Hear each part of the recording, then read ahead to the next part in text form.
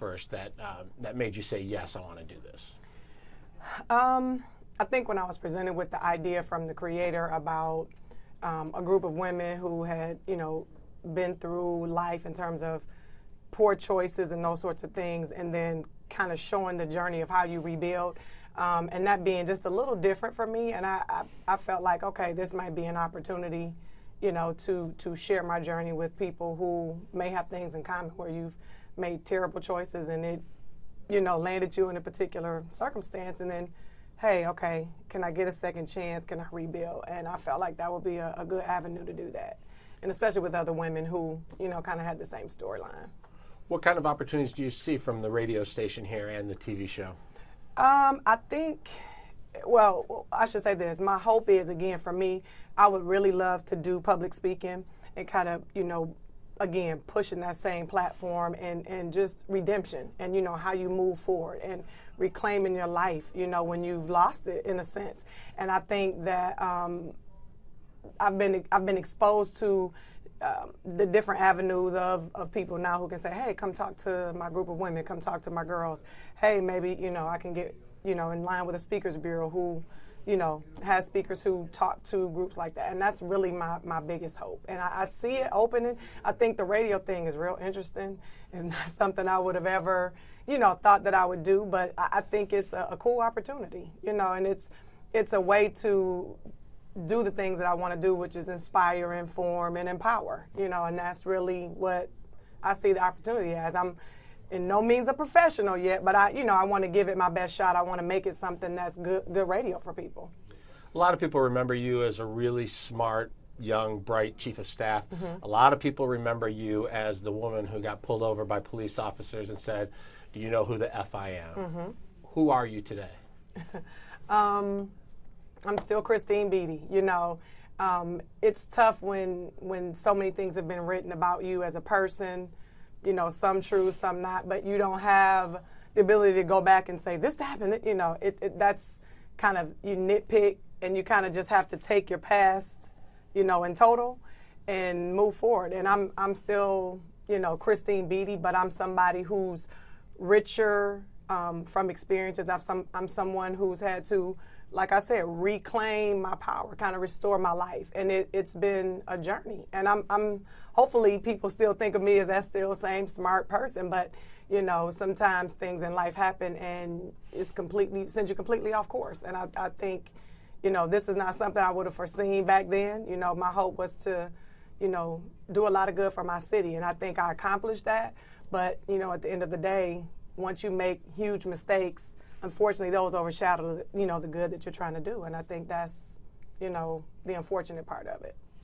When the feds came calling, that had to be scary. Kwame Kilpatrick decided to fight the charges. You and Derek Miller decided to cooperate. Was that a tough decision, or was that an easy decision? Well, I was never a part of the federal case. There was never a time when the feds charged me with anything. Those are things that I was not involved in. So, I'm not. And in addition to the fact, and I said this to you, I know you want to do wordsmithing, but that's fine. And I have chosen, again, that's not something I was a part of. It's not something I'm going to speak about. You guys have, reported on it and done whatever. But yeah, that's not something that I was involved in, and I don't discuss it.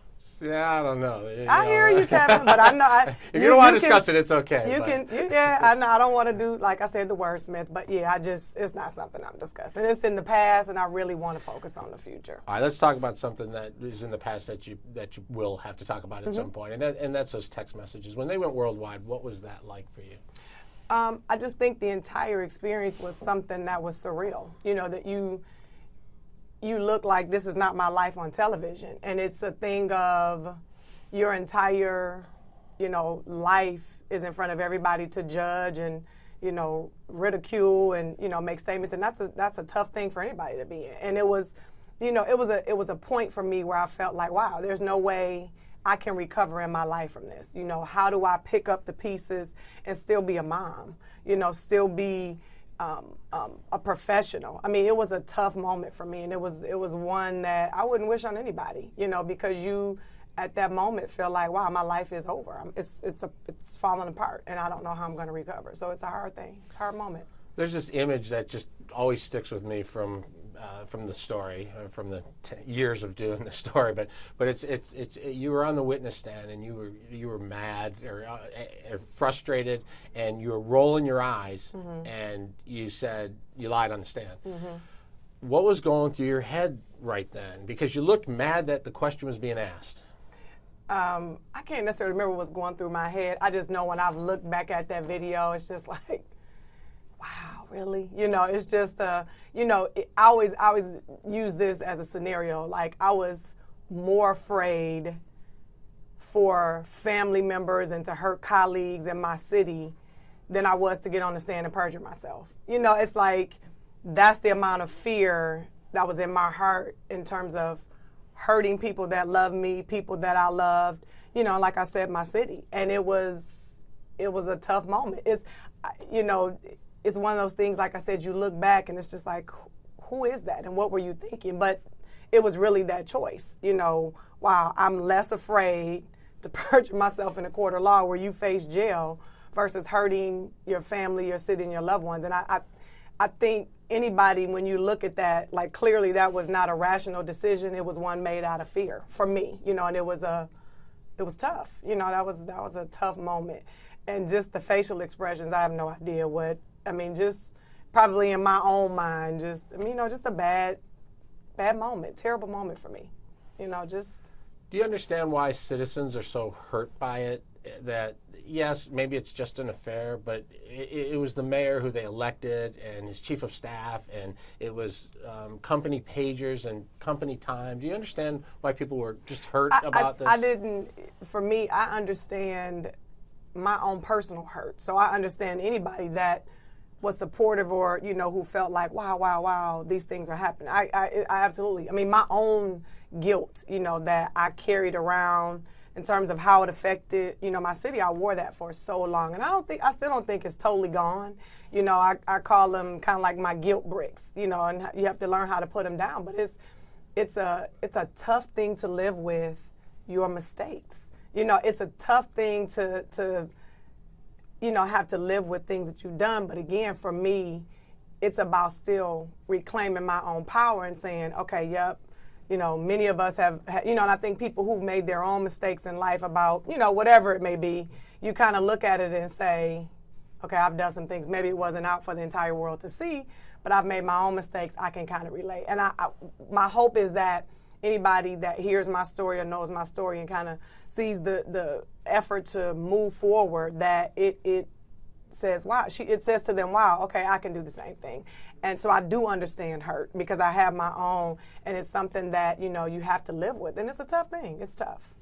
A lot of people genuinely felt bad for you when you had to resign. They felt that you got the short end of the stick, having to step down. But then you took $140,000 from the civic fund to move away. And not true? That's, again, definitely not true. Not true.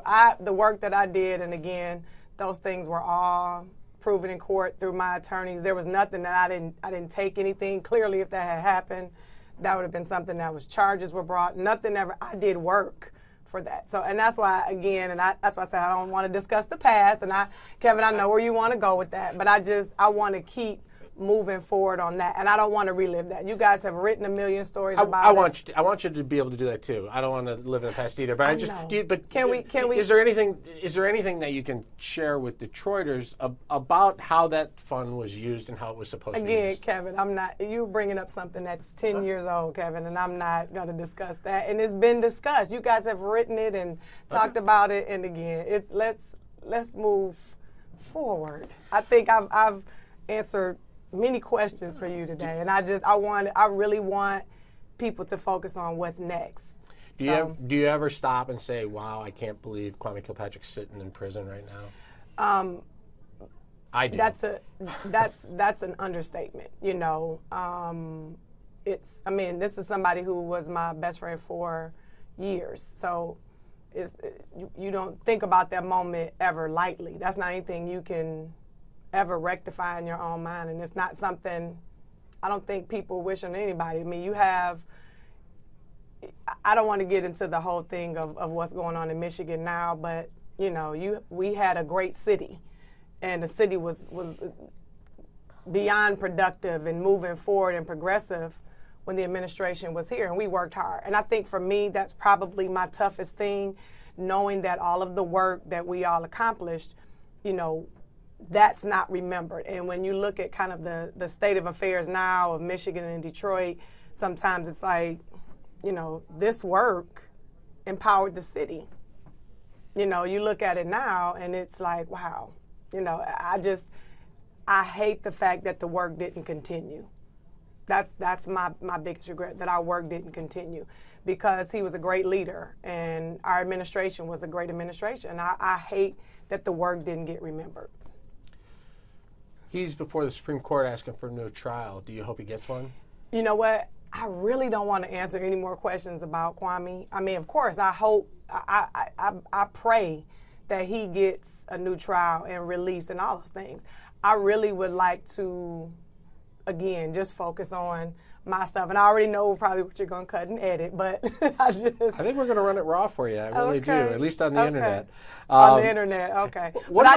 You understand what I mean? I don't want to. These are fine. These are questions you're going to get, whatever. You answer them, don't. I don't think it's a problem. What do you think about Carl Cato and Suave not being held accountable? Kevin, I'm not answering any of those. Well, I don't even know about. You're asking me things that are 10 years old, Kevin. I don't even.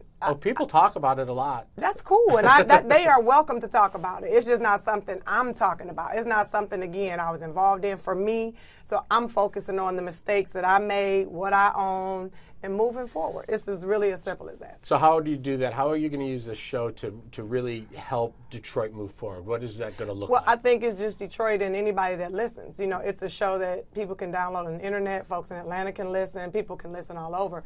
And I think, again, for me, it's about empowerment. The first show that I'm having, I'm going to be talking to the creator of our show on From the Bottom Up. I'm going to talk to one of my castmates about her journey. I'm actually going to I'm going to have a official from the health department to kind of talk about this huge issue of Flint's water, which is an absolute travesty. And it's just, I'm in Atlanta, like, seriously, wow, we have people dying because, folks wanted to cut costs. And so for me now, while we've talked about the political side, I really want somebody to come on and talk about, we hear about the lead poisoning, but really, what does that mean? What does it mean for our children? What does it mean for those children who have, ingested that lead for 2 years straight? So now what do we look for? What happens? What's the long-term effects? And I don't think people really get the dangers. We've kind of talked them over, but it's been kind of mired in the political thing. And I really want to talk about the for real health hazards of what's going to happen with residents who've ingested that for 2 years and get to that issue. So again, my goal with the radio show, inform, empower, inspire. And it is one of those things that I hope, moves us forward, and that's my hope. So you just will be able to push past the dragging back into the muck and focus everything moving forward, right? As much Kevin, as you can. Yeah, I'm sure in your own life, whatever mistakes you've made, you don't continue to relive them over and over and over.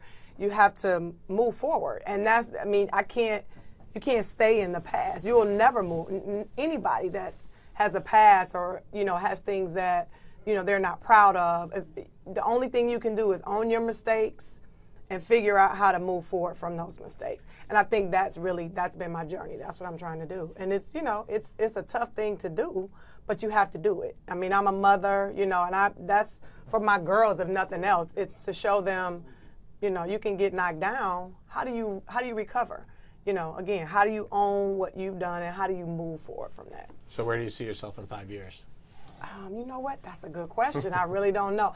I hope that I'm at my daughter's college graduation, watching her walk across the stage with honors. That's for my future. It's about that for me. And I hope that my future includes inspiring people again to reclaim their power and reclaim, restore their spirit from things that, have dragged them down or they've been unable to shake and let go in their past. I hope that my story is that I've been able to do that, help people come out of those things that they can't let go. and sometimes that other people won't let them go. And so that's right, exactly. So do you think that'll be through the media and through public speaking, or do you think that'll land you some other job more similar to what you were doing before, trying to make a difference through government or something else? You know what? I honestly don't know. You know, Kevin, it was tough in terms of jobs early on. I think maybe that's another reason too. I said, wow, doors closed, doors closed, doors closed. So, wow, here's an open door. Somebody is saying, hey, come tell your story. Maybe that's the journey I'm supposed to take. You know, maybe that's the door I'm supposed to walk through. Whether or not I'll get back into government, I'm not sure. Of course, I'm always a sideline, you know, armchair quarterback when it comes to politics, and I have plenty of opinions. But, you know, my background is social work. That's why I got into politics, and that's always going to be me. How do I, you know, help people? And that's really, really my focus. Were you surprised how hard it was to get out there and earn a living with just all the buzz? I don't think I was surprised. I was discouraged. You know what I mean? And because I get that people, you know, when you have a background, sometimes people don't want to deal with it, you know, and I get that. So I wasn't upset. It was more, again, upset with myself, like, wow, you know, your career and, you know, how do you rebuild it? You know, I was very proud of that career, and to not be able to, you know, rebuild it or regarner, you know, that same path, it was tough. It was tough. All right, final question. Okay. If you could go back. Nice question. Final nice question. Okay. If you could go back and talk to that Christine Beatty at Cass Tech, what would you tell her? What would I tell her? Just to be wise, just to be wise. And, you know, it's hard to say what you would do over. Clearly, there are many things that I would do over if given, like people always say, oh, it's made me the person that I am, and I wouldn't do anything over. That I've not reached that higher thing yet. I would certainly do many things over. And, you know, I would tell her, if in fact you do make mistakes, just keep your head up, you know, acknowledge those mistakes, and then keep pushing forward and rebuild. Because I think no matter what mistakes we make, we're going to make some, you know. And I think that would be my advice to her. All right. Thanks, Chris. Thanks, Kevin.